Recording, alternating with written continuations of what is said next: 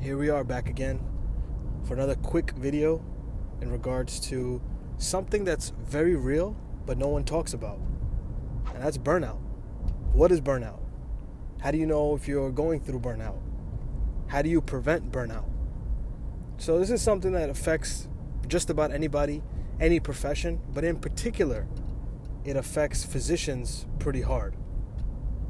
And what happens is, if you look at some of the really, really successful people in the world, the Warren Buffetts, Bill Gates, and you look at the type of lifestyle that they try to achieve, it's very different than the lifestyle that majority of people live. And yes, people will turn around and say, you know what, they're successful, they're millionaires, they live a very different life. And to a certain extent, yes, that's true. Maybe while they were coming up, they weren't living exactly how they are now.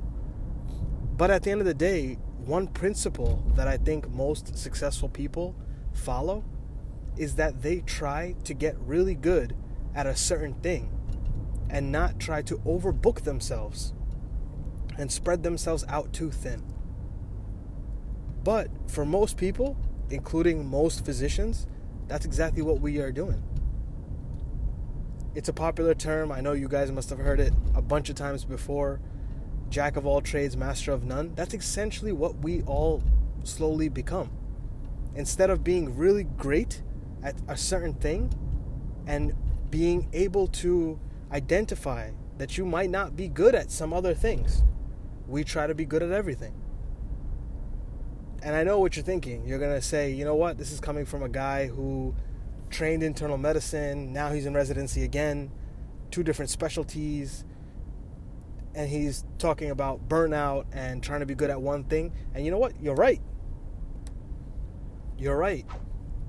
But what's different is that I kept it honest with myself. I know that I can't be an expert at internal medicine and an expert at diagnostic or interventional radiology both at the same time. It's just not possible.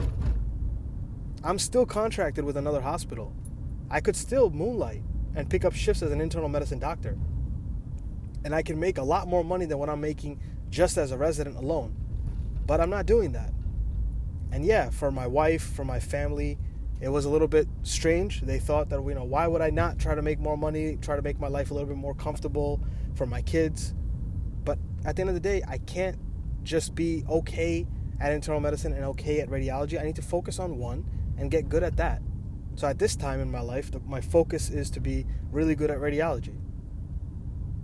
And that's exactly what everybody else needs to do as well. You need to figure out what's your domain and get really, really good at it.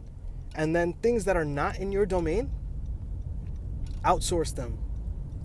Admit to yourself that you're not good at that. You need some help with that. You need some assistance with that. Don't overbook your schedules and try to do this and try to do that and a little bit of this and a little bit of that and have no time for yourself.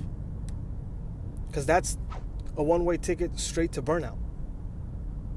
And that's what a lot of people end up doing. And at the end of the day, you don't become successful like that. And actually, some people might argue that you actually limit yourself from the potential success that you can have because you're constantly occupied, you're mentally occupied, you're physically occupied. You're constantly occupied with X, Y, and Z, and you don't get good at a certain thing that could potentially lead to your ultimate success. So at the end of the day, I think it's just better for everybody. This pandemic state that we were in, I think kind of showed everybody that we all need to take a step back, reevaluate our lives.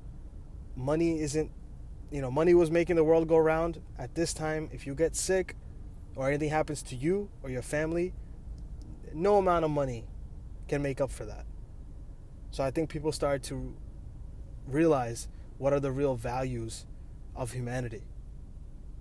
So, just quick thoughts on burnout. And I know we went pretty deep, maybe off the deep end. Before I talk to you, I talk first to myself. I myself find myself going through mental burnout many times. And I have to sometimes pull myself back take a look at what I'm doing and reevaluate and rechart a different course for myself. So until next time.